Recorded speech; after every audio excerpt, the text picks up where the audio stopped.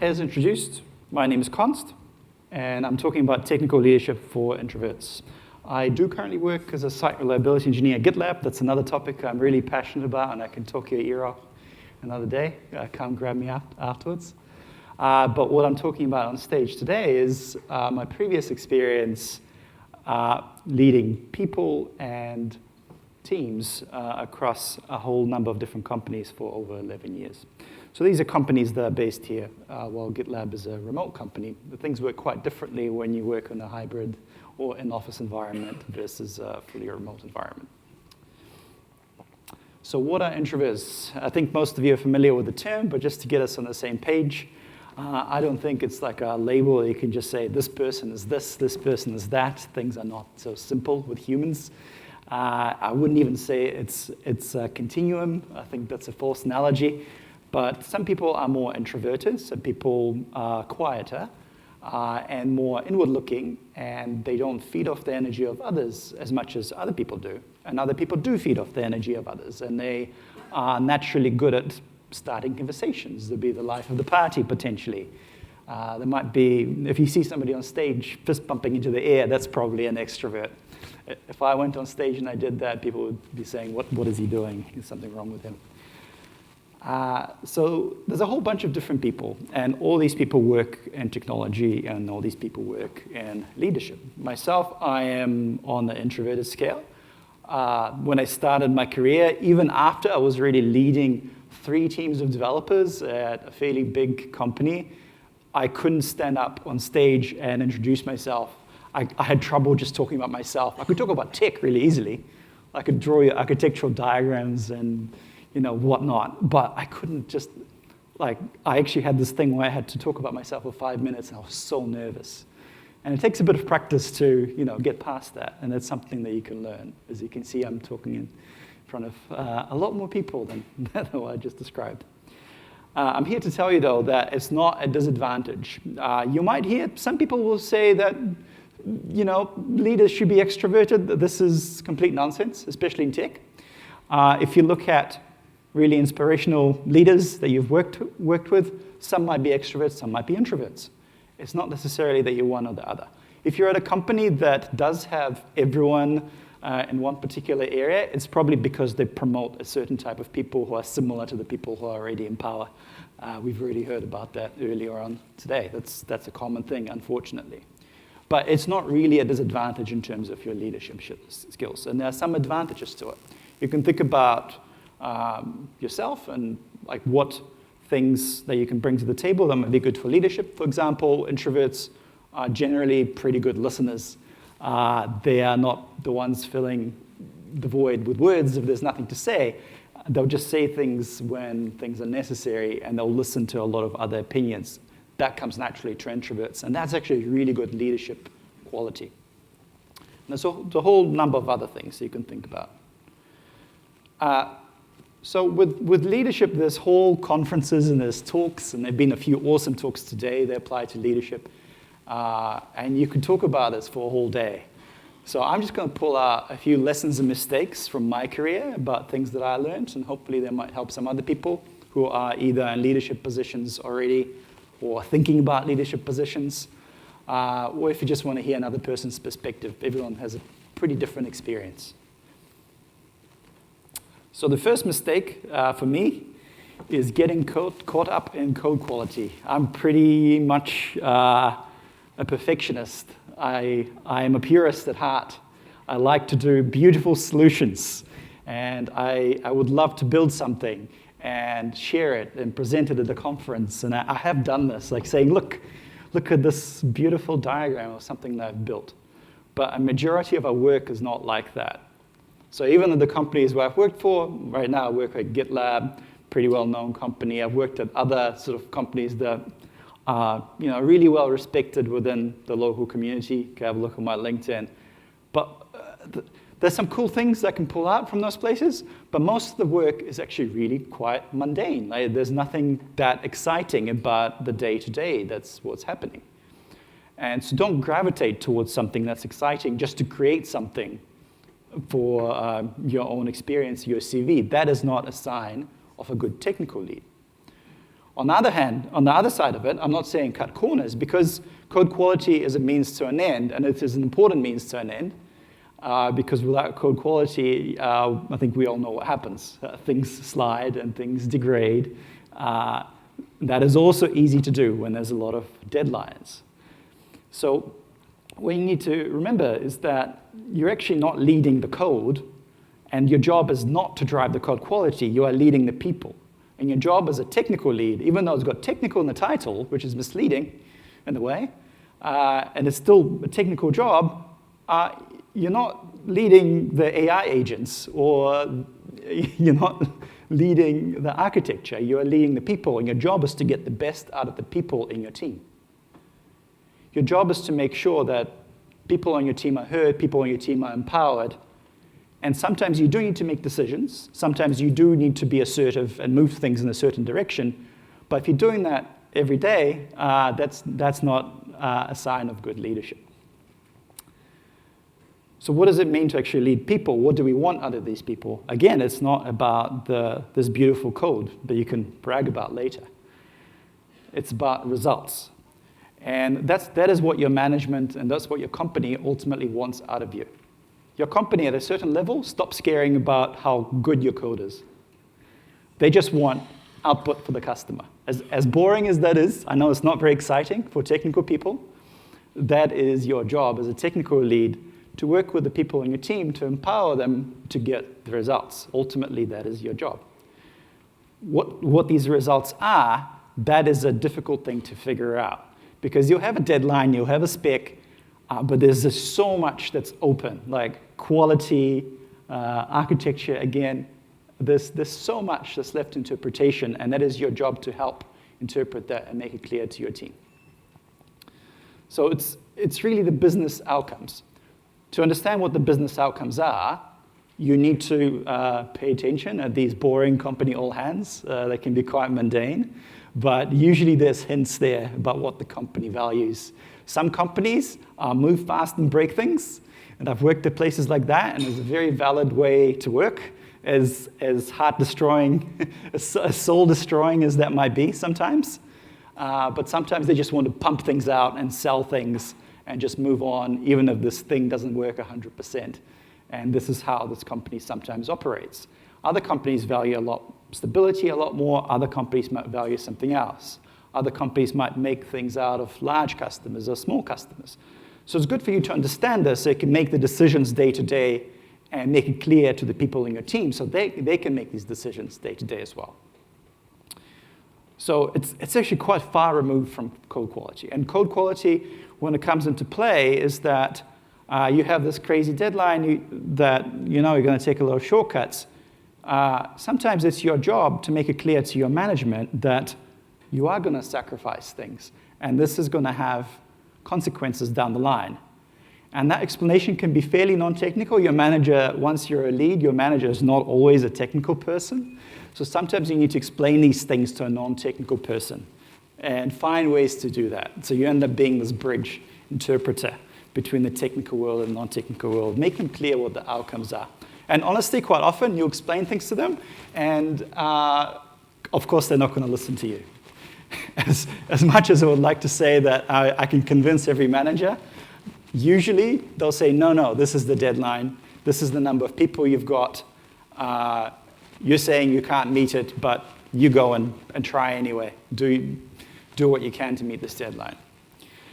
And you end up with technical debt, and it's horrible. And again, it's your job to make sure that this technical debt is not forgotten and it gets prioritized at some point further down the line. And again, it's your job to work with your management to get that in play. So back to what I said, your job is not, code quality is not the focus, but code quality is an important tool as a means to an end. This is a lesson that I've learned, rather than a mistake I've made. This took me quite a few years into my career to realize as well. And I've heard this saying quite a lot of times. This is quite a common thing. You'll see that a leader doesn't need a title to lead. But it took me quite a while to understand what it actually means in practice. So you hear this all the time, but this is really important to understand, both for getting promoted in the first place and to actually do your job as a lead. Now, to get promoted, what you can do is that you can start looking at what leads do and start helping out with those tasks.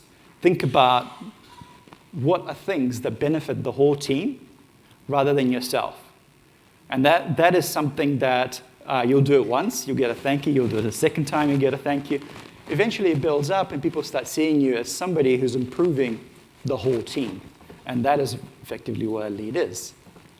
Also, you need to think about doing this without a title is actually a pretty good exercise for when you do become a lead, because when you become a lead, like I was saying earlier, nobody's just going to automatically follow every decision that you make by ultimatum. That is not leadership.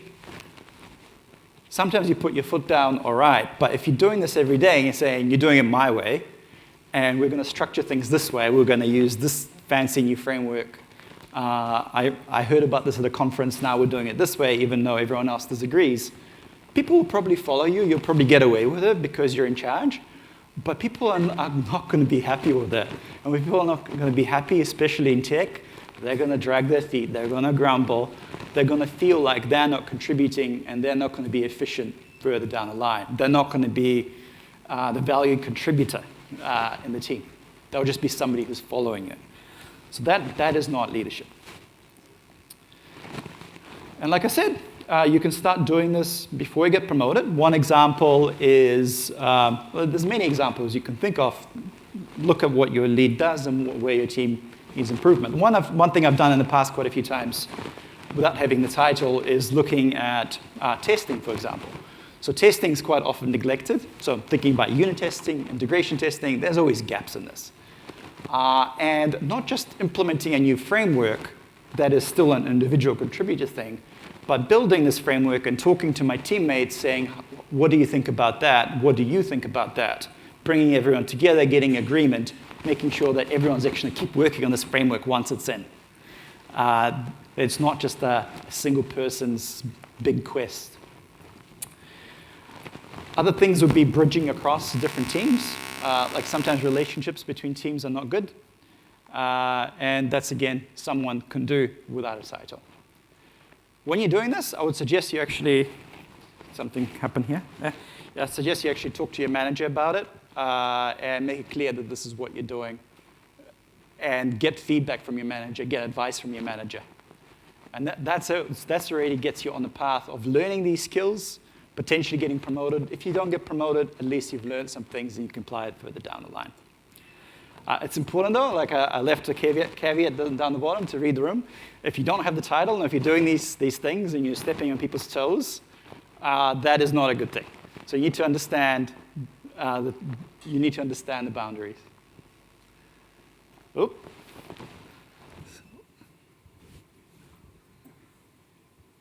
My slide. Here we go. That's back. All right. Another thing, lesson, is that you need to work on relationships. So this is something that perhaps comes a lot more naturally to people who are more extroverted, that, they like having conversations. They start the conversations. For introverts, this is not as natural. Like I said, I could talk about tech at the beginning of my career. I had trouble talking about myself. But it's actually really important to get to know everyone on your team and people outside of your team, your manager, sometimes your manager's manager, and people on other teams, people that you might be working with, product management, UX, or even like security teams, or just some other developer teams. If you're in the company that's got different sites, maybe people in different sites, to make sure you actually know those people that you're working with. And by knowing them, I mean know them on a personal level. And that is something that takes a bit of practice. You need to find out and practice a bit of curiosity about people on your team, especially if the people are very different from you. That becomes harder. If it's somebody who looks like me and sounds like me, it's really easy, we're friends, etc. But if it's someone who's very different demographics or age, you need to put in the effort. Still get to know that person. And once you get to know people on a deeper level than just like what you do at work, your relationships are so much better, and this is valued quite a lot if you're a lead. I'd say this is actually quite essential if you're leading people. The way I do it is that, in person, you grab people for a coffee or a lunch, just a water cooler conversation. With remote work, we've got coffee chats. You grab someone on the call, and sometimes you have a coffee, sometimes there's no coffee, and you just have a casual conversation about things. Some people, when you do that, there'll be a few people, there'll be a minority, but some people will not want to talk about social things. Depends on your company culture and depends on individuals. If people don't want to talk about themselves, obviously don't force it. Don't force yourself saying, I'm going to be your friend. Absolutely don't do that. But still, if they don't want to talk about their personal things, you can talk about their work. Sort of flip it around and saying, I want to find out more about what you do. I've come up to salespeople and I've talked to salespeople about what they do. Show me what you do in your job, which is very different from my job. And that can actually be quite interesting as well. Just, like one of those reality TV shows where you get to visit and see what someone else is doing in their job in the same company. And through that, you actually get to know people, and it builds relationships. And my last point, which is a mistake that I've made several times, and this is going to be very common, is not setting clear expectations for my own self. So I mentioned a lot of things to think about. There were a lot of other great presentations today, and you can find a lot of other resources online, what technical leads do. There's so much going on. And I'm not even mentioning the tech. You will be solving tech problems in addition to these people problems. So you're doing the tech things, the people things, and you often forget about your own career development, your own things, and you forget about your own burnout and your own career trajectory. So I've ended up in one position where I was in this company for quite a few years, and things were going well, but I was pushed into management, and it's not something I actually wanted to do at that point in my career. I'm not saying management is a bad profession. I'm not saying I don't want to do management. But I'm saying that this is not right for me right now because I'm really passionate about tech, and I do want to do the tech full time. And when you're a manager, you get off the tools. But I was needed in management, and I was sort of being pushed into that position without me clearly having like a say in it, saying, oh, this is what I want to do. So you need to be clear with your own manager about yourself. Think about your own career and your own burnout, like I've said. This is not a talk about burnout, but this is something, just keep burnout in mind. But this is a real thing that's so easy to do when you're doing so many things. And quite often the things you do become so invisible, especially if you're actually empowering your team, like I suggested. If you're calling out individual people, this person has done great, this person has done great. You're often not calling out yourself. And you're not being thanked, and you're not being rewarded as much as you might be used to as an individual contributor. And your manager, depending on the manager, I have worked with some really good managers as well, but a lot of managers will be more interested in the outcomes that you're getting out of your team rather than your personal self, rather your own career development. So this is something that's on you to keep in mind and actually keep as a really important thing. Yeah, for me, this means taking a step back. Once I became a manager, I decided it's not what I want to do. Go back to more hands-on roles. And this is what I've been doing for quite a few years, taking a step back. You don't need to always keep growing in a particular direction. That's not the path to enlightenment and happiness and whatever. You just need to find out where you are. If you're happy with what you're doing, maybe you just need to stay and keep doing what you're doing and just keep improving on that. Again, that depends on your personal thing. So that's, just think about that. And that can be a really hard thing when you hit with burnout like a ton of bricks. So there's a summary. First mistake that I've done is getting caught up in code quality, leading without a title, working on relationships, getting to know people at a personal level, and making clear expectations for yourself. And that's me. I think we're not doing questions there.